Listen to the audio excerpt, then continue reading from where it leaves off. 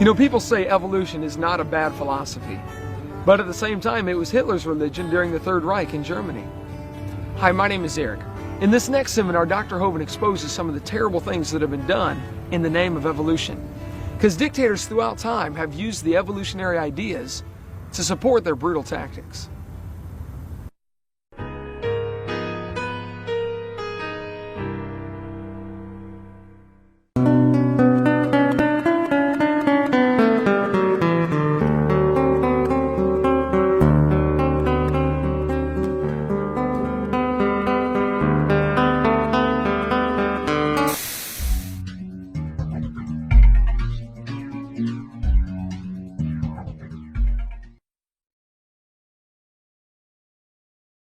I taught high school science for 15 years, and now for 14 years I've been an evangelist traveling and doing seminars on creation, evolution, and dinosaurs.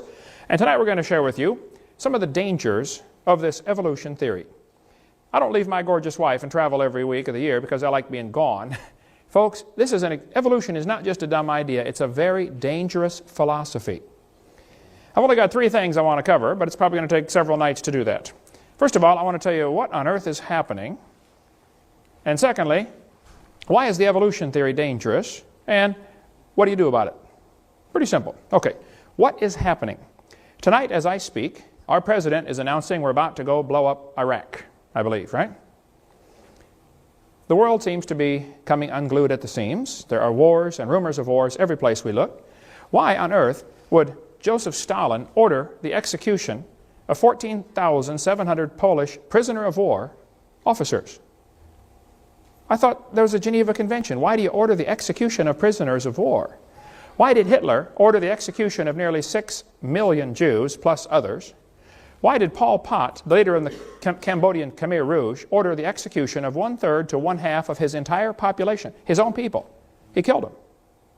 Why? Why would somebody do that? Why would the Australian Aborigines be rounded up like cows and shot so their heads could be put in museums years ago? Why would somebody do that? Why did Kip Kinkle murder his parents, 2 other classmates, and shoot 26 other ones? Why would a student do that? Kip said, if there was a God, he wouldn't let me feel the way I do. There is no God, only hate. On May 21st, 1998, 15-year-old Kip Kinkle, a student at Thurston High School, that's in Oregon, near Eugene, allegedly entered the school cafeteria and fired more than 50 rounds from a semi-automatic rifle. 26 students were injured, 2 killed. Later, the bodies of his parents were found in his home. He was then arrested and taken to a police headquarters where he attempted to murder a detective during his questioning. Kip said, if there was a God, he wouldn't let me feel the way I do. There's no God, only hate. Why have we had nearly a 1,000% increase in violent crimes since I was a boy? I remember the days when you did not have to lock your house. We'd go off on vacation for 2 weeks. I never had a key to my house growing up. Never did have a key. I don't know if it even had one. You didn't need one in those days. Why would there be such a horrendous increase in unwed birth rates? And so much of our moral structure is just simply unraveling. What on earth is happening? Eric Harris and Dylan Klebold made a videotape prior to the Columbine shootings. On that tape, they said, talking about one of the football players, he doesn't deserve the jaw evolution gave him. Look for his jaw, it won't be on his body. These 2 boys were very strong believers in evolution. They did the shooting on Hitler's birthday on purpose. They shot Isaiah Shoals just simply because he was black. They shot Cassie just because she believed in God. Same thing with Rachel. What happened? Why would somebody do this? What's going on in our thinking? Well, the newspaper article in Columbine High School said, the clothes may give a clue to the thinking of these teenagers. The autopsy said one of the boys' shirts said natural selection on the front. Interesting. Textbooks used in Escambia County, Florida, this textbook, says evolution and natural selection go together. This textbook says natural selection causes evolution. Well, just what is this natural selection? Oh, you see, Adolf Hitler thought he would speed up the process by eliminating the inferiors. Hitler honestly thought he was doing the world a favor. So did Joseph Stalin. So did Pol Pot. Why do people do these things? So what is wrong with our thinking? Right after the Columbine shooting, almost instantaneously, 5 more students from within the Springfield School District were arrested for threatening to murder students. principals, or teachers. In the adjacent school districts, more students were arrested for violent threats, and in one case, an elementary schoolboy shot 5 of his classmates with a BB gun. Could it possibly be that what we're teaching them is causing this behavior? You know, what you believe determines how you behave. If you're raised up in a head-hunting society, and you're taught from the time you're a boy, if you go off to war and shoot somebody, you ought to kill him and cut off his head and eat the brains because you get his spirit. I mean, if you really believe that, guess what you're going to do when you go off to war? Your behavior is determined by your beliefs. What you believe determines how you behave. It's always been that way, and it's no different today. Could it be that this evolution theory is to blame? This textbook says you're an animal and share a common heritage with earthworms. Question: if evolution is true, how are the kids supposed to tell right from wrong? I spoke in a public school in Pennsylvania one time. A kid sat on the second row and he said, "Mr. Hovind, I'm an atheist." I said, "Really?" He said, "Yep, there is no God." I said, "Well, tell me, son, are you sure?" He said, "Yep, I'm sure." I said, "Well, son, do you know everything?" He said, "No." I said, "Do you know maybe half of everything?" He said, "No." I said, "Okay, well, let's just pretend that you know half of everything. Is it possible that God exists in the other half you don't know?" Brand new thought rattled around in his brain for a while and got lost, I believe. I said, "By the way, son, if there's no God, how do you tell right from wrong?" He said, "Oh, that's easy." He said, "I determine what's right and wrong." He said, "I'm the God of my own universe." I said, "I'm glad to hear about that, son, because I'm going to shoot you in 5 minutes." He said, "You can't do that." I said, "Oh, yeah, I can. You see, I'm the God of my own universe. And I decided it's fine for me to shoot you." Question: exactly how do we tell right from wrong? In the first couple of seminar tapes, we talked about a variety of topics like the Big Bang Theory, how it's a big dud. We talked about the Garden of Eden. And we talked about why the earth cannot be billions of years old, and why did the people live to be 900 years old before the big flood came. We talked about dinosaurs, and students are being lied to about dinosaurs. They did not live millions of years ago. And on tape number 4, we talk about a whole bunch of lies in the textbooks.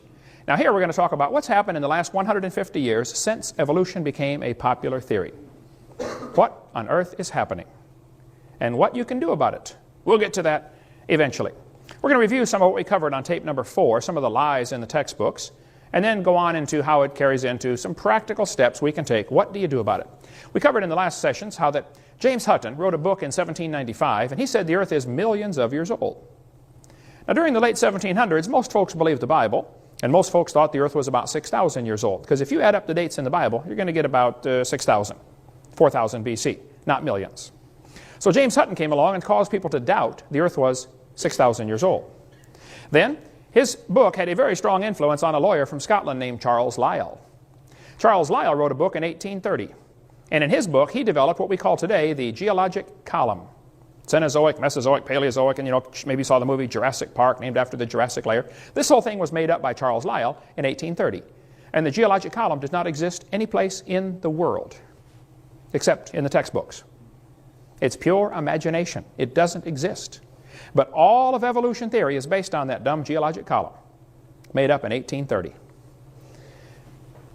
This fellow said, I myself have little doubt that in England it was the long-age uniformitarian geology and the theory of evolution that changed us from a Christian to a pagan nation.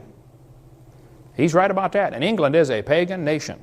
And folks, I don't know if America ever was a Christian country or not, but it's not now. That's right. We are a pagan nation also. What has happened? Charles Lyell's book had a very strong influence on a young preacher named Charles Darwin. Darwin graduated from Bible college to be a preacher.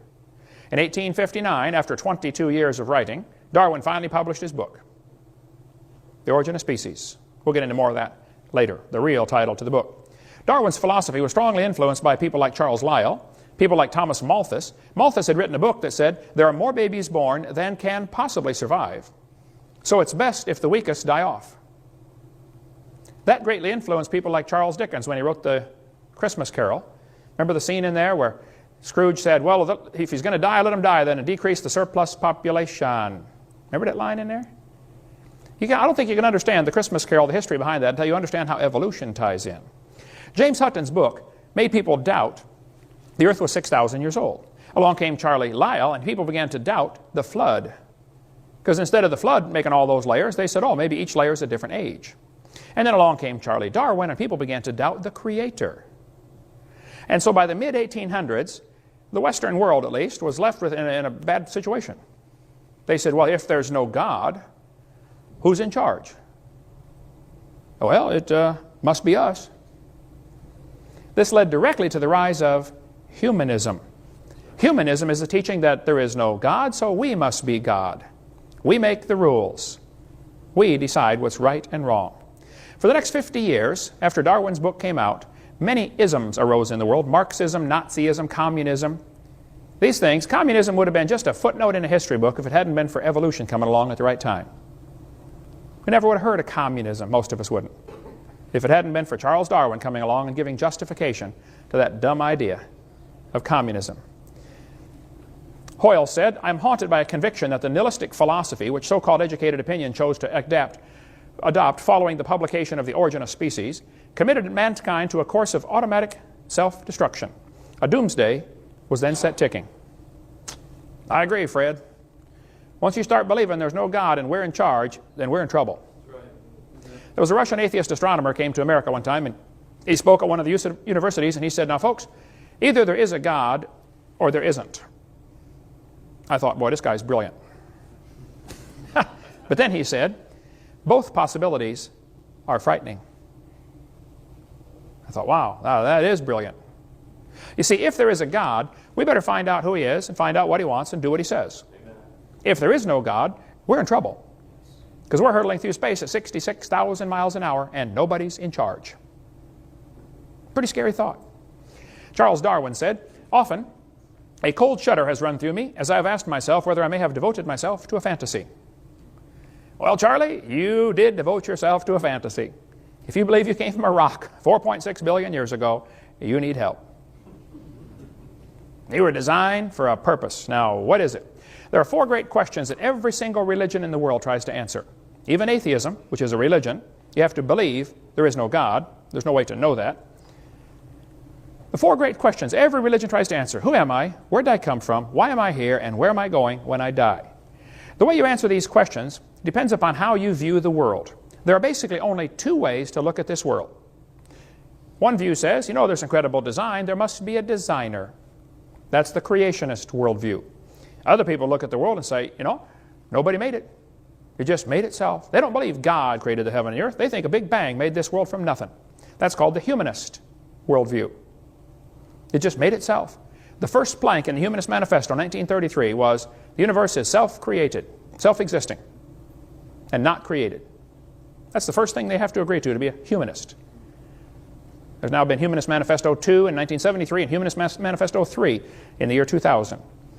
They have to declare what they believe. Humanism is a religion. You have to believe there is no God. So why is this theory dangerous?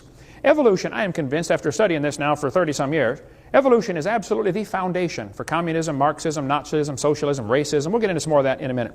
Number one, I think evolution is dangerous because it's bad science based on lies. There is no scientific evidence to back up this evolution theory. We've been offering $250,000 for a long time at our ministry for somebody who could give us some real scientific evidence for evolution. It is funny, brother, to see the people try to turn stuff in. One guy said, I've got proof for evolution. I said, really, what do you have? He said, well, I'm working in the laboratory right now, and we have developed soybean plants that are resistant to frost. I said, man, that's good. That'll really be handy. I said, what did you start with? He said, well, soybean plants. I said, oh, what do you have now? He said, I've got a whole new species. I said, of what? Of soybean plant. I said, I'm sorry, sir. That's not evolution, okay? That's a variety of a soybean plant. And it's interesting, and I'm glad you're able to do that. But that's not evolution. There is no evidence whatsoever that any animal ever produced a different kind of animal. So why would anybody believe such a dumb idea? And how can this be so dangerous? Well, we'll cover some of the isms in just a minute. But evolution is based on lies and bad science. There is no good science to back it up. This textbook says, evolution is a fact. Evolution is a fact, not theory. Birds arose from non-birds and humans from non-humans. No person who pretends to any understanding of the natural world can deny these facts any more than she or he can deny that the earth is round, rotates on its axis, and revolves around the sun. Sounds like he's open-minded for a discussion, doesn't it? This is not a fact, folks. Evolution is a mantra. They say this over and over and over, hoping it will become true. That's all it is. They just keep repeating it. Oh, evolution's a fact, it's a fact, it's a fact. Well, you better define what you're talking about with evolution. We do that on videotape number 4, the 6 different meanings of this word evolution. This textbook says evolution has evidence from fossils, from structure, from molecular biology, from development. Any evidence that's used to support evolution has been proven wrong. Now, I said many times, I'm not trying to get evolution out of the schools. I just want the lies out of the textbooks. We almost got a bill passed in Arkansas a couple of years ago, and I went up to Arkansas and testified before the Senate, before the House Representatives Committee that was looking at this bill, HB 2548, I believe it was. And the bill simply said, Arkansas will not use tax dollars to purchase materials if they contain knowingly fraudulent information. We're not going to buy books that have lies in them. And it gave a few examples, like some of the examples I gave in my seminar. If it says the embryo has gill slits, we're not going to buy it. I stood up and testified for 45 minutes before this committee. After I got done, the ACLU lady, woman I mean, she got up and she said, folks, this is obviously an anti-evolution bill. One of the representatives said, ma'am, evolution is not mentioned in this bill. All this bill says is we're not going to buy books if they have lies in them, and these things are lies, so we're not going to buy that book. How can you say this is an anti-evolution bill? And she said, everything mentioned in this bill is used to support the evolution theory. And the guy said, well, ma'am, is it true that these things mentioned here are false? She said, well, yes, but obviously this is an anti-evolution bill. She knew full well. If you took all the lies out of the textbooks, there would be nothing left to support the evolution theory. I was in a debate one time at University of West Florida, and the professor got up and he said, now, Mr. Hovind, you're claiming all these things are lies, and you're right. All these things have been proven wrong, but, he said, I got a question for you. You told us we got to take all this stuff out of the book. What are you going to replace it with? I said, folks, what he's trying to not say is, we want the kids to believe in evolution. We have to give them some evidence, and all we have are these lies, and you want to take these out of the book, so you better find some more evidence for my theory. I said, sir, if you don't have any evidence for your theory, I'm sorry. Maybe you ought to consider getting a new theory. I could suggest one for you, if you'd like. He did not like. He don't want to hear about it, okay? All they have to support their theory are things that have been proven wrong many, many years ago. Here's some of the lies we covered in the first how many hours of this seminar so far. I'll just review them very, very quickly. The Colorado River was not formed slowly. Or the Grand Canyon did not slowly form by the Colorado River running through it. Okay? The geologic column does not portray Earth's history. It does not even exist anywhere in the world. Rocks do not date the fossils. The fossils do not date the rocks. It is based on circular reasoning. We cover that on videotape number 4. There are no index fossils. There's no such thing as an index fossil. The layers are not different ages. Petrified trees connecting them all prove the layers all formed at the same time. We cover that on video number 4. Plants and animals are not related to each other. They have the same designer, but not the same uncle and grandpa. Change in species is not the real meaning of the word evolution. That's not really what they mean. There's a whole lot more to that. We covered that on video 4. Natural selection does not cause any evolution. Natural selection selects. It doesn't create a thing. We believe in natural selection. The peppered moth story never happened. It's a lie. Comparative anatomy does not prove common ancestry. We covered that on videotape number 4. Humans never have any gill slits. It's a human at conception. It's not a fish or an amphibian or anything else. An abortion is murder, plain and simple. Okay? The appendix is not vestigial. You do need your appendix. The whale does not have a vestigial pelvis. That is a lie. The human tailbone is not vestigial. If you think it is, I'll pay to have yours removed. Dinosaurs did not live millions of years ago. Man did not evolve from animals or cavemen. The Big Bang is a big dud. It didn't happen. The horse series in your textbooks is a lie, proven wrong 50 years ago. Life cannot evolve from non-living matter like the textbook says. The law does not ban teaching creation science like some people want you to think. It's perfectly fine to teach creation science in the public schools. We'll get into more of that later. Smaller is not simpler. A little paramecium is more complex than a space shuttle. Smaller is not simpler. Smaller is more complex. But birds did not come from dinosaurs. Talk about a dumb idea. The eye did not arise by slow changes over billions of years. The first bird did not hatch from a reptile egg, like Goldschmidt said. The trees of life in the textbooks are pure imagination. They didn't happen, folks. They drew it on paper, and that's as far as it goes. It didn't happen in reality. DNA does not prove evolution, it proves creation, it proves a designer. Fossils do not provide any evidence for evolution. Fossils don't count at all.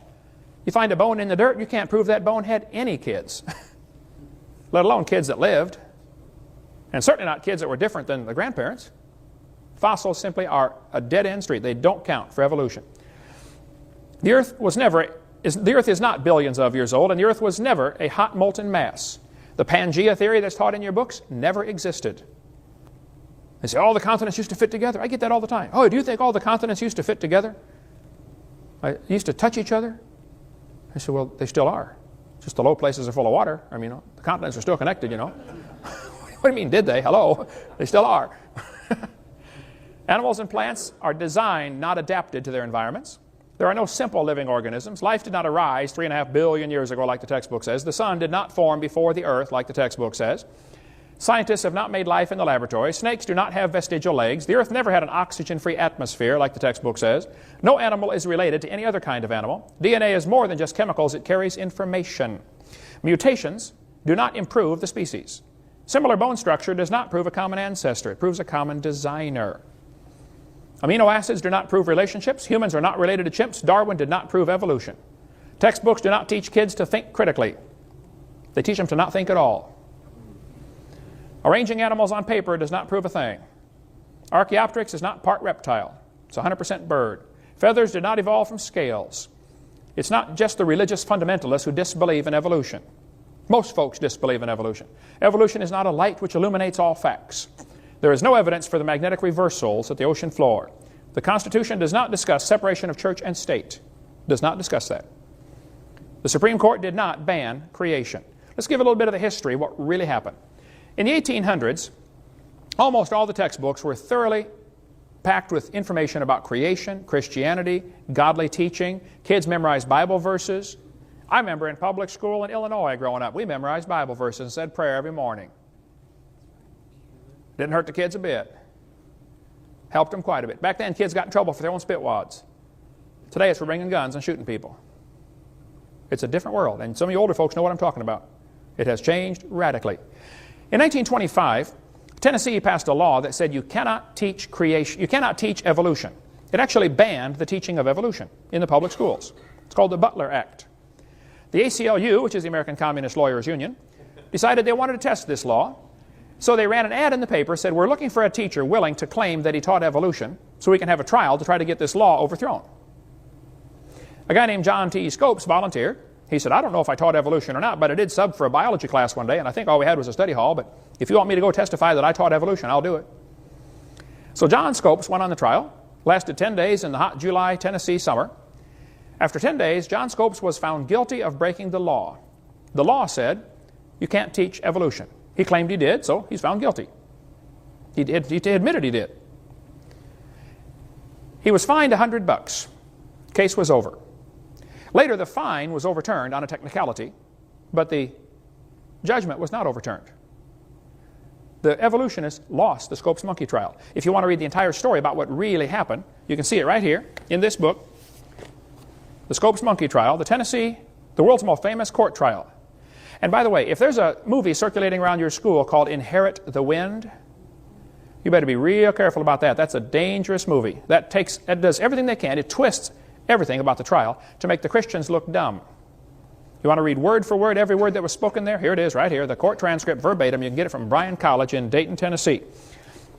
The Dayton courthouse is still there with a big museum where you can go out through and see where it actually happened. If you go north of Chattanooga about, 70 or 80 miles, you can get to Dayton, Tennessee. Been through there a bunch of times. There's a good a good book expose about the Inherit the Wind movie that circulates around. And just about every year, this is shown in public schools here in Pensacola, where they try to teach the kids the Christians were dumb and they lost the trial. They changed all sorts of things about that. And you ought to be up in arms over that being shown to your kids. You can sign a statement saying, I don't want my child shown the movie Inherit the Wind. Have it notarized and take it into the school. They won't show your kid. You say it's against my religious convictions to lie to my kids, and that movie's a lie. Okay? But I guarantee it'll be shown this year and next year and the next year. I saw it about 4 times growing up before I realized what a lie it was. You want to get the material from Bryan College, there's their phone number, or from George Serrell, who has an excellent article about the Inherit the Wind, what really happened in the book the real trial compared to the Inherit the Wind movie, which is just baloney. Or you might want to get the book Ride to Glory. You can get it through our ministry. I don't read novels much, but this one is incredible. This guy said, what if the Scopes trial was redone this now, in the 21st century, at a modern university? Whew. Brother, I couldn't put it down. I mean, I read a lot of books, but this one, I never should have started it, man. I couldn't. I didn't sleep for 4 days trying to finish that. I wasn't quite that bad, but in 1968, the last law banning evolution was overturned. Now keep in mind, there were many laws against teaching evolution until 1968. There's never been a law against teaching creation. The laws banned evolution. In 1980, the state of Arkansas passed a law and said, we want balanced treatment. If the teacher teaches evolution, they must also teach creation. Give it balanced treatment. The court in Arkansas, 8th Circuit Court, I believe, struck that down and said, no, this law is unconstitutional. They didn't say you couldn't teach creation. They just said you can't demand equal time. And the atheists started going around saying, see, you can't teach creation. That's not what the law said. It's not what the court said. They never said you can't teach creation. They just said you can't require that the teachers teach creation. If we passed a law in Florida that said the teachers are required to breathe, I bet that law would be struck down. Because, I mean, you probably ought to breathe, but they can't require that you breathe. Right? And that's what happened with the Arkansas law. Then Louisiana passed a law requiring teachers to teach creation if they taught evolution. Again, balanced treatment. Supreme Court struck this one. It went all the way to Supreme Court. Supreme Court struck it down. After the 1987 ruling by the Supreme Court, Stephen Jay Gould, who hated creationists and had a set of my tapes on his shelf. I went up and visited his office. His secretary was there. She said, yeah, he's got your tapes right here, Mr. Hovind. I never did get to meet him. He died a few years ago. He knows better now. He's no longer an evolutionist. But Stephen Gould said after the verdict, he said, no statute exists in any state to bar instruction in creation science. It could be taught before and it can be taught now. They never said you can't teach creation. The court said you can't require it. That's all. And don't let anybody tell you different. That's what the law, that's where it stands right now. Michael Zimmerman said, and he's an evolutionist, he said the Supreme Court ruling did not in any way outlaw the teaching of creation science in public schools. Quite simply, it ruled that in the form taken by the Louisiana law, it's unconstitutional to demand equal time for this subject. Creation science can still be brought into science classrooms if and when teachers and administrators feel it is appropriate. Numerous surveys have shown that teachers and administrators favor just this route. And in fact, creation science is being taught in science courses throughout the country. Eugenia Scott is the president of the National Center for Science Education. Well, what a lousy name. They're not in favor of science. They're in favor of defending evolution is all. She said, the Supreme Court decision says only that the Louisiana law violates the constitutional separation of church and state. It does not say that no one can teach scientific creationism, and unfortunately, many individual teachers do. Some school districts even require equal time for creation and evolution. Here's the web page, the head of the front home page on the National Center for Science Education. Welcome to the home page of NCSE, a non-profit, tax-exempt membership organization working to defend the teaching of evolution against sectarian attack. We are a nationally recognized clearinghouse for information and advice to keep evolution in the science classroom and scientific creationism out. That's why they exist. I spoke in Berkeley last November, Berkeley, California. That's where these guys are located. I went and visited the National Center for Science Education. It's a little bitty storefront building. They had, I think, 4 or 5 employees, all crammed in this little building. I thought, this is the National Center for Science Education. Oh, yeah, but property's expensive in Berkeley, I understand, Good place for them. I went in there. They didn't know who I was. I didn't tell them my name. I went in there, hey, what kind of information do you guys hear? I used to be a science teacher. And they began giving me pamphlets and articles and stuff, Finally, one of the guys said, your voice sounds familiar. What's your name? I said, Kent Hovind. He said, I thought so. They taped a piece of paper on the floor. It says, Kent Hovind stood here. And I understand they won't walk on it. They walk around it. One of the guys came to all 10 hours that I lectured at Berkeley and asked me question after question after question. Look, these folks are not the enemy. Now, they do work for him, but they're not the enemy, okay? Satan is the enemy. They're just blinded, that's all. They're willingly ignorant, like the Bible says. But even the National Center for Science Education knows it's okay to teach creation if you want.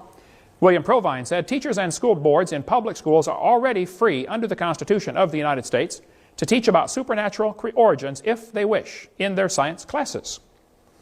Laws can be passed in most countries of the world requiring discussion of supernatural origins in science classes and still satisfy national legal requirements. And I have a suggestion for evolutionists. Include discussions of supernatural origins in your classes and promote discussion of them in public and other schools.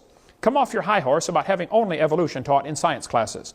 The exclusionism you promote is painfully self-serving and smacks of elitism. Why are you afraid of confronting the supernatural creationism believed by the majority of persons in the U.S. and perhaps the worldwide? Good question.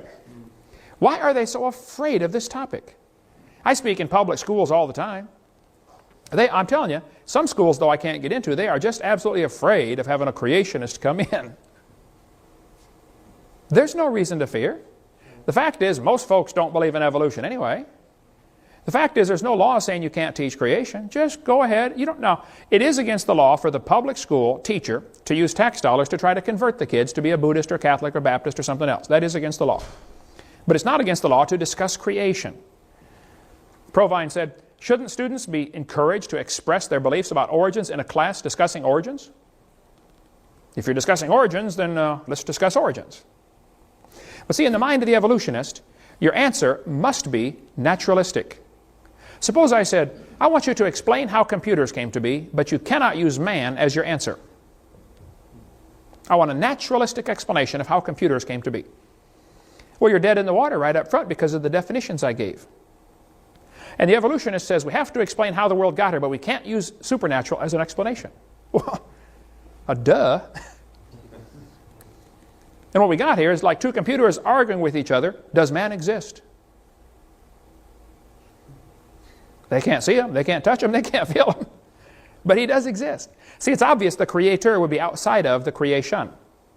He's above and beyond. He's not affected by what he created. God created time, space, and matter. He's outside of time, space, and matter. God's not affected by time. This is not 2003 in heaven. There's no time.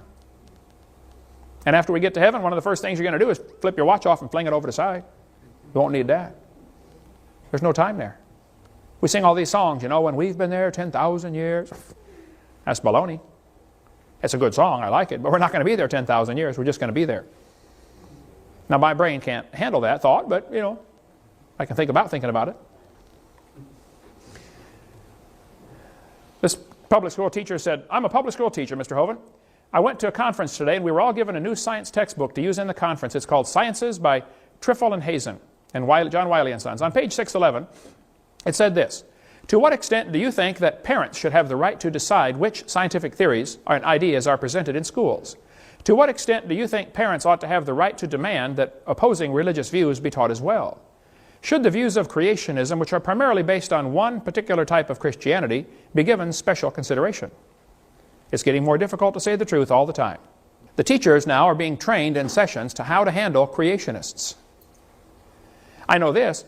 They work very hard to make you feel like you are the only one complaining. When I went to meet the lady in charge of the science curriculum here in Pensacola, Florida, when I first moved to town, I've been complaining about some of the lies in the textbooks and the science curriculum, and she said to me, Mr. Hovind, you are the only person in the county complaining about this.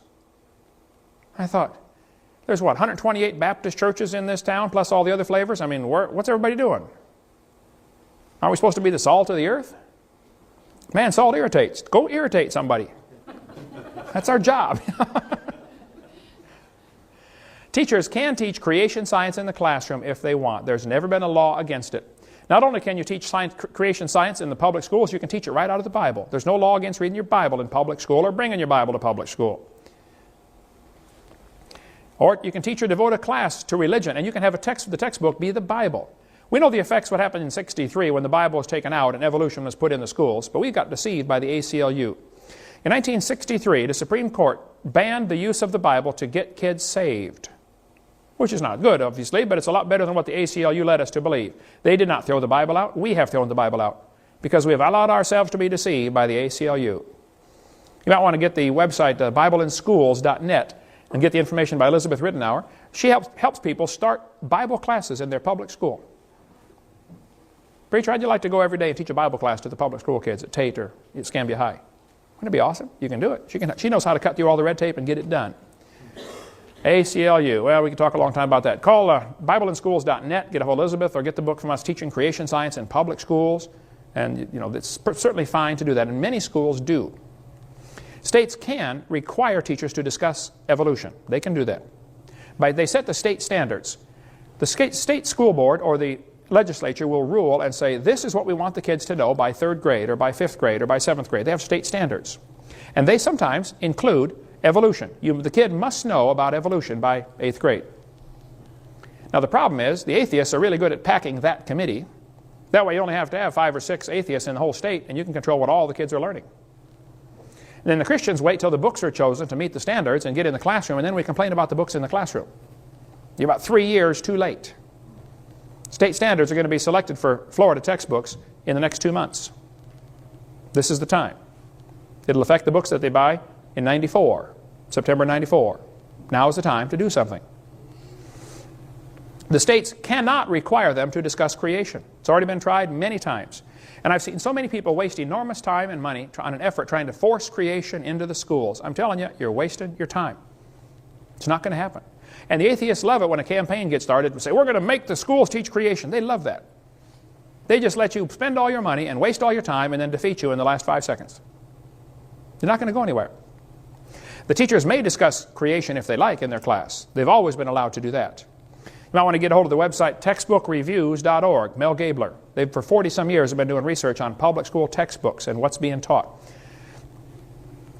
Mel said, the courts allow states to require discussing scientific weaknesses in evolution theory, but not requiring discussing evidence for creation.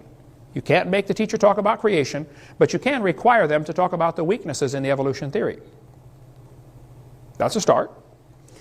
In the landmark decision back in 1963, the court held, it certainly may be said that the Bible is worthy of study for its literary and historic qualities. Nothing we have said here indicates that such study of the Bible or religion, when presented objectively as part of a secular program of education, may be effected consistently with the First Amendment. Supreme Court said, the Bible may constitutionally be used in an appropriate study of history, civilization, ethics, comparative religion, or the like. Eighth Circuit Court ruled and said, permitting public school observances which include religious elements promotes the secular cause of advancing the students' knowledge and appreciation of the role our religious heritage played in the social, cultural, and historical development of civilization. Teachers already possess the flexibility to present a variety of scientific theories about the origins of mankind and are free to teach any and all facets of this subject, 1987 Supreme Court. The court further ruled, teaching a variety of scientific theories about the origins of mankind to school children might be done with a clear secular intent of enhancing the effectiveness of science instruction. California State School Board said, discussions of any scientific fact, hypothesis, or theory related to the origins of the universe, the earth, and of life, the how, are appropriate to the science curriculum. They're telling their teachers, if you want to talk about creation, do it. Can't be more clear than that. If you want to keep up on the latest of what's happening in education, you might want to watch the video Crisis in the Classroom from Eagle Forum, Phyllis Schlafly's organization. Now, I would disagree with Phyllis on several philosophical things, but I think she's got done a great job with this video here on what's happening. So what do people say? What about the separation of church and state? Doesn't the Constitution say that? There's no such phrase mentioned in the Constitution. That phrase is found mentioned in a letter that Thomas Jefferson wrote to the Baptist Association in Danbury, Connecticut. The Constitution does not talk about separation of church and state. That's a lie. Jefferson said, the First Amendment has erected a wall of separation between church and state. That's from his letter, not from the Constitution. By the way, this wall is a one-dimensional wall. It keeps the government from running the church, but makes sure the church Christian principles will always stay in government. Go see David Barton's excellent website, wallbuilders.com. If you want to get more on how all the Founding Fathers believed the church had to influence government or government would go corrupt. It's happened. What's happened over the years, several different people have taken upon themselves to survey the textbooks and see how much evolution is in this book. These guys did a survey of all the biology books used in 1991, and they found out the one used by Merrill, called Biology and Everyday Experience, only had 2.9% of the text devoted to evolution. It really wasn't talked about much. However, HBJ had 15.6%. They really crammed evolution down the throat of those kids. I've seen books today that have nearly 30%. Well, if I was on the committee to select textbooks this year, I would pick the least poisonous book I could find. And then I would write to the publishers of the other ones and say, hey folks, we did not pick your book this year because, and spell out your reasons. And then I would write to the one I did pick and say, hey fellas, we did pick your book this year because you got the least amount of evolution. However, we would like that out also. And we want to warn you, if we find another one next time that has less, we're going to buy them. You see, folks, there's only one language these textbook publishers speak. The only language they speak is money. Now, if you were the CEO at HBJ, Harcourt Brace Jovanovich, and you got letters from all over the country from people saying, hey, we did not buy your book this year because guess what you're going to do next year? Only language they speak, brother. If you want to get an excellent book on some of the lies in the textbooks to see what you ought to be watching for, get this one here by Jonathan Wells, excellent book on icons of evolution. Or you may want to get the book by the Gablers. They've spent 40 years discussing lies in the textbooks and what you can do about it. Excellent ministry in Longview, Texas. Go to textbookreviews.org or to crsc.org. They've got a newer review of the more modern textbooks. Mel wrote me a letter, said, Dr. Hovind, thank you for using our book. What are they teaching our children? You'll be interested to know that in the 39 years of work, we've never seen publishers so sensitive or schools so receptive to our textbook reviews and ranking. We're pleased to recommend Harcourt Scott Forsman Elementary Science. They are much less dogmatic on evolution than the others we reviewed. Mel says the publishers are scared to death of their letters of recommendation because they know the sales of those that aren't recommended plummet in the States. But here's what happens. They only work in Texas. Texas is one of the largest publishers of largest buyers of textbooks in the nation. So the publishers will publish all these books, spend billions of dollars, millions of dollars publishing these books. They try to sell them. If Texas doesn't buy them, do you think they're going to burn them? No, they're going to go peddle them off in some other state that's not looking. The Gablers have a crew of folks. They'll help find errors in the textbooks. Like a book might say, George Washington was Abraham Lincoln's vice president or something like that, Dumb stuff. And they're not about to throw that book away. I mean, they spent a lot of money printing that thing. Nice, beautiful paper, colored pictures. They're going to find some state that's not looking. So if you're in some state other than Texas, you better really be on the lookout. Get a hold of the Gablers, and they'll tell you which ones to watch for. And they work on a donation basis, and don't be a tightwad with them. Send them $50 and say, here, send me your letters of recommendation.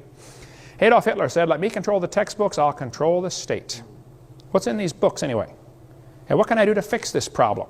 Well, this chart shows how the atheists have rated the different states in America and how well they teach evolution. They think here in Florida we're doing a lousy job of teaching evolution.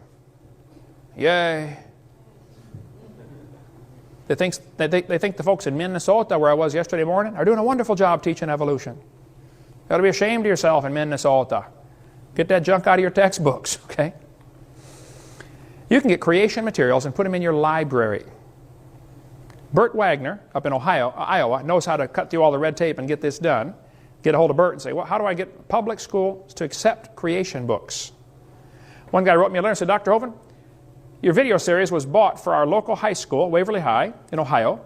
When I went to check out video number 5, I found someone had hidden the box of seminars and debates unopened and underneath the desk by a back wall.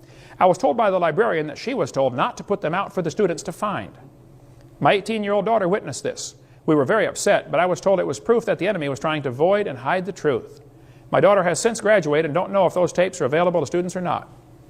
So if you do donate something, be sure to check and make sure it is, kept on the shelf. I went to one big university one time, and I spent probably an hour going through their computer search system looking for how many books they had on evolution. It was like 18 or 1900 books about evolution. And then I searched to see how many books they had about creation. This is a big university library. Not one book. I searched every author that I know, and I know most of them. I went to the librarian and I said, I noticed you got 1,800 books on evolution, but you don't have any books on creation. Why is that? She said, there is too a good book in here on creation. She said, I put it in here myself. It's from my church, the Watchtower Society. Oh, brother, we got one Jehovah's Witness book in here and 1,800 teaching evolution. And then they brag about being a liberal university and giving the kids a liberal education. You're lying. A liberal education is when you look at all sides. Let's just discuss all sides and then decide where the truth lies. They don't want to compare evolution with creation because evolution looks stupid next to the truth. There are some practical things we can do, folks, to fix this. Number one, you can demand that the schools cut out the pages with false information. You don't have to get creation in the schools, and you don't have to get evolution out. Just simply get the lies out. You can tell them you want them to glue the pages together, or you can at least put a warning sticker in the front cover saying, kids, the information on page 97 is not correct. Or, list the pages. I volunteered many times, and I'll do it again. If you will send me your textbook, I will check the pages that need to be torn out. I'll make a tape recording while I'm traveling someplace, and I'll hand you the tape, and it'll say, the information on page 84 is wrong, tear that page out, and, page 217 is wrong, and I'll list the pages. And if you tore the pages out of the book, it won't cost the school 1 penny. I'll show you. It's so simple. Because the first objection they're going to say is, oh, this would cost the schools a lot of money. It won't cost them a penny. How many of you would volunteer to tear the pages out of the books and bring your own scissors? Let me see. There you go. So when you go to your school board, hand them a list of 500 names and say, these people are willing. When would you like it done? Won't cost a thing. Look, the book is not sacred. It's made out of paper, If you bought it, the county bought it, it belongs to the school. If you want to tear a page out, that's perfectly fine. I was in a debate with a professor at university. I was just speaking at UWF here a year or so ago, and I mentioned tear the page out of the book, and this one professor said, I don't think we should deface textbooks. I said, well, sir, if you were teaching math and you came across a book that said, 2 plus 2 is 5, what would you do? He said, I would tell the students to mark out the wrong answer and write in the right answer. I said, oh, you would deface a textbook? I said, now, sir, if you were teaching biology and you found a book that said the embryo has gills and you know that's proven wrong in 1874, what are you going to do? He said, well, nothing. I said, you wouldn't correct it? He said, no. I said, well, then you, sir, are a hypocrite. And you got no business using tax dollars to lie to these kids. You ought to get a different job changing tires or picking peaches and work for a living for a change. Guys like that burn me up, brother. Like a leech, sucking on somebody else's blood that they built, Number 4, you can give the kids my little brainwashed book. There are different people around the country that buy these by the thousand and give them out to people in their schools. One guy from Santa Rosa County bought 3,000 of these books several years ago, gave them to all the kids in the county. They're going to have a hard time teaching evolution for a while over there. Buy some books, or go to your school board and say, would you please vote to purchase this book to go along with our biology book so the kids can see the lies in their books. If the school board buys them, great. If you get them, more than 10, you get them for $1 a piece. If the school board says, no, we don't want those books in school, then you run a full-page ad in your paper, stop by the following address and pick up the book the school board banned. Now the kids will get it and read it. Yeah. Florida has a law. They've changed the number now. It used to be 233.09E, I believe. But they changed it so people couldn't find it, I guess. It's now Florida Statute 1006.35, Accuracy of Instructional Materials. Do you know, state of Florida legislature can vote to recall books if they're not accurate. They can write letters to the publishers and demand that they change the books. The law is on the books, folks. The textbooks are supposed to be accurate, but they're not. They contain 50-some lies in every textbook I've seen. Get the pages out. Texas has a law requiring textbooks to be accurate. Wisconsin has a law requiring textbooks to be accurate. Alabama has a law that says textbooks shall be adequate and current. Well, if they're still teaching the baby has gill slits, they're not current. They're 128 years behind the times. Alabama used to have a sticker. They modified it now and watered it down some. But the sticker used to say, this textbook discusses evolution, a controversial theory. And students need to learn there's a difference between microevolution, which is a fact, and macroevolution, which is not a fact. Go Obama. California has a requirement, textbooks shall be factually accurate. Many states have this requirement, but they're just simply not enforcing it. Did you know the publishers will publish a special book just for our state? If the committee got together and said, look, Glencoe, we like your book, however, we want you to take out chapter 3. Or check out the following pages. Do you know how much money is spent just in one school district on textbooks? A publisher would be foolish not to turn down a contract for $750,000. They'll publish a special book. They do it all the time for different states. Get on that committee and do something about it. You can also parents, be aware that your kids can be exempted from anything you don't want them taught. If you don't want your kids taught evolution, you sign a little paper that says, I do not want my student taught evolution. It's against my religious convictions. Have it notarized, sign, and give it to the school principal, the teacher, superintendent. And if they do teach your kid evolution, or if they say, oh, you've got to stay in class, then you can simply say, do you discriminate against people because of their religion? Ooh, that'll get their attention. Here are some pitfalls you got to watch for in your school. I've seen this so many times. If the school is going to have a good program, some left-wing liberal will make sure that it's an opt-in program. In other words, you have to get parents' permission to go to the program. This happens all the time when I speak in schools. The kids have to come back with a note and saying it's okay for me to go to Hovind's program. But if you're going to have some homosexual speak in your school, or some lesbian about the gay lifestyle, which is not gay at all, and it's not a lifestyle, it's a death style. If they're going to speak in your school, they'll make sure it's an opt-out program. You see the difference? In other words, you have to get a note in order to not come. But if it's a good program, you got to get the note to go. And if it's a bad program, you got to get a note to not go. They don't want a level playing field, folks. And if you have a superintendent or a school principal that tries that one, you ought to help him get a different job too. Put the pressure on. He just needs to find a new job, maybe in a new county someplace. Some practical steps you can do. Number one, kids, don't confront your teachers publicly. Try to talk to them after class. Now listen carefully. If you are late to class frequently, if you're a troublemaker or a goof-off, if you never do your homework, if you don't pay attention in class, then please don't tell them you're a Christian. Shut your mouth. First, be a good student.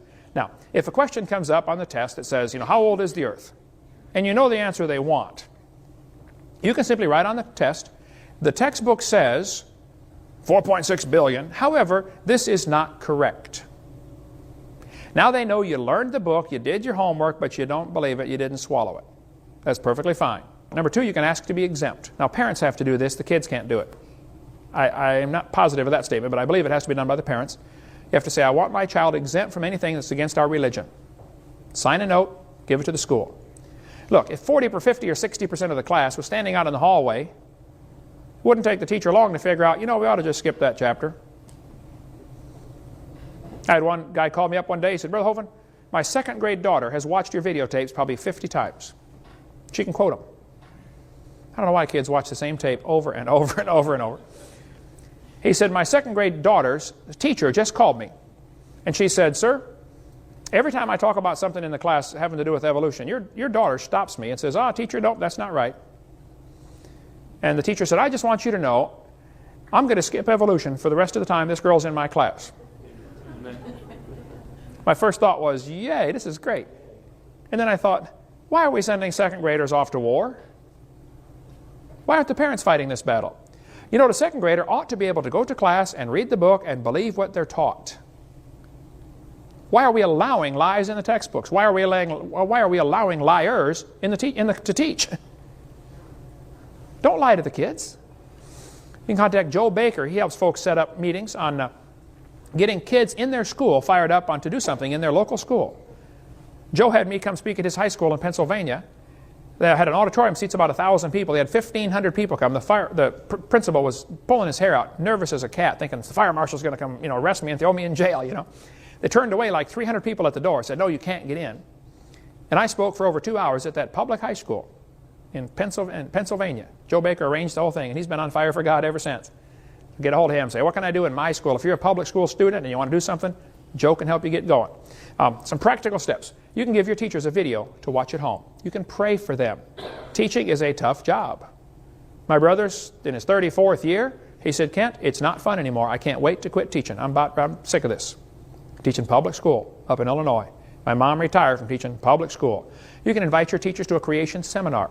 You can have them call me with any questions. You can ask my secretary, Martha, sitting right there. I take questions all day long and half the night. I'll be glad to help. You can ask them to have a creation speaker speak in your public school. I've got a list of about 8 pages of names of other people that speak on creation. We'll be glad to get somebody to you as quick as we can. Some of you could run for school board. You could influence the textbook selection committee. You could pass or enforce the laws requiring books to be accurate. The Bible says the fear of man bringeth a snare. And we got a bunch of Christians that are scared to do anything for fear somebody might not like them. Duh. We're supposed to be Christians, They didn't like the disciples very well, or Jesus himself, did they? Our job is to do what's right. Leave the results up to him. Okay. You can try to convert the teachers or the students. You could write letters to the editor. That's what got my whole ministry started, brother. You and I were working together at the factory at M&A. Article came out of the newspaper that said dinosaur bones are found from 80 million years ago. And I wrote my first ever letter to the editor. I'd never written to the editor before. I said, these dinosaur bones were from the flood of Noah, 4,400 years ago. Well, man, you would have thought I shot the sacred cow. For the next 6 or 8 months here in Pensacola, I got called every name you can imagine in the paper. And I wrote letters back and forth, and other people wrote letters. And finally, the university asked me to come do a debate, and a couple churches asked me to come speak, and now it's 14 years later, and I got 30 people on my staff, and get, 20 calls a week, Martha, asking me to come? 55? It's crazy. There's a war going on. Get in. Amen. Find something to do. You could donate some creation books to your public library or public school library. We get calls and letters just about every week from somebody getting saved because they watched a video or read a book that they checked out of their public library. One of our videos. Donate some. You could educate others to use creation as a means of evangelism. Here's what the ACLU will do, though. They will threaten a lawsuit if somebody tries to teach creation. Now, they know they would lose, but it doesn't matter. The fact that it's going to be a lawsuit is going to be costly for the school. So the ACLU, knowing they'll lose, threatens to sue, and sometimes even sues, knowing the school will back down for fear of not having enough money to defend themselves. They're winning by default. They claim teachers can only teach what is in state-approved curriculum. Well, that's a lie. The curriculum really starts when the classroom door closes. Every teacher knows that. And every teacher discusses things in their class that are not in the textbook. Come on, you can't teach otherwise. They claim teachers cannot correct the curriculum. That's a lie. They do it all the time. I taught math and science for years. I was always making corrections in the math book. They mislead people into thinking that evolution is a sacred part of science that's never to be questioned. They use peer pressure or ridicule to silence those who oppose lies in the textbooks. Now, if you're going to do something, you be prepared for opposition from the enemy. Satan protects his evolution theory with a vengeance. This is the foundation for all sorts of things. Roger DeHart, science teacher at Burlington Edson High School in Seattle, was told he could not inform students of errors in the textbooks just simply by passing out current science journals. If there's a current science journal that said this is wrong, he couldn't tell his students because in the book it said it was right. Some of these lies have been proven wrong 100 years ago. Kevin Haley, biology teacher at Oregon Community College, lost his job simply for exposing errors in the textbooks. Baylor University, formerly Christian University, fired William Dembski just because he advocated intelligent design. He said there must be a designer. Forrest Mims was a science writer for 20 years. He published in National Geographic, Science Digest, American Journal of Physics, 60 magazines and newspapers. He was denied a job as science writer, or writer for Scientific American, simply because he was a creationist. Rod LeVake in Faribault, Minnesota, was reassigned because he doubted Darwin's theory. They said, we don't want you teaching evolution. We don't want you teaching biology if you doubt Darwin's theory. Dan Clark in Lafayette, Indiana, he quit because he was reprimanded for teaching an evolution alternative. The superintendent, Mr. Ed Eller, told him not to introduce creationism to this class. Well, Mr. Ed Eller, you need to get a different job. Our grass needs mowed once in a while. Come on down, we might put you to work if you're a hard worker, okay? He said, I'm quitting. I'm not going to take this. There's all kinds of articles here. Dean Kenyon was a tenured professor in San Francisco at the university. He'd been teaching for years. He wrote books about evolution, how wonderful evolution was. He was the poster boy of the evolutionist. And then one day he got converted. And they fired him. But he said, hey, I got 20 years. You can't fire me. Oh, okay. They put him in as a lab assistant, washing test tubes. Had to go through a whole big lawsuit just to get his job back, simply because he doubted Darwin's theory. So don't think it's going to be an easy road. There's some things you can do. Cut the pages out. Get something done in your area. There's all kinds of practical steps. You can watch our video 4 for other stuff like that. All right. Why is this theory dangerous? It's dangerous because it's bad science backed up by lies. Number 2, it brings forth bad fruit. All the effects of evolution that I know of are evil and wicked. We teach the kids they're an animal. We teach them there's no moral standard, there's no absolute. What do you expect? This theory has led directly to the rise of communism, humanism, Marxism, Nazism, socialism. and the coming New World Order. The dangers of this evolution theory. Folks, it's not just dumb, it's dangerous. You're going to be shocked and see how many people have died because of this theory. Why did we fight the Vietnam War? Why did we fight World War II? Why was World War I fought? Why are we fighting against communism? How many people did Hitler kill? How many did Stalin kill? We'll cover all that tomorrow night.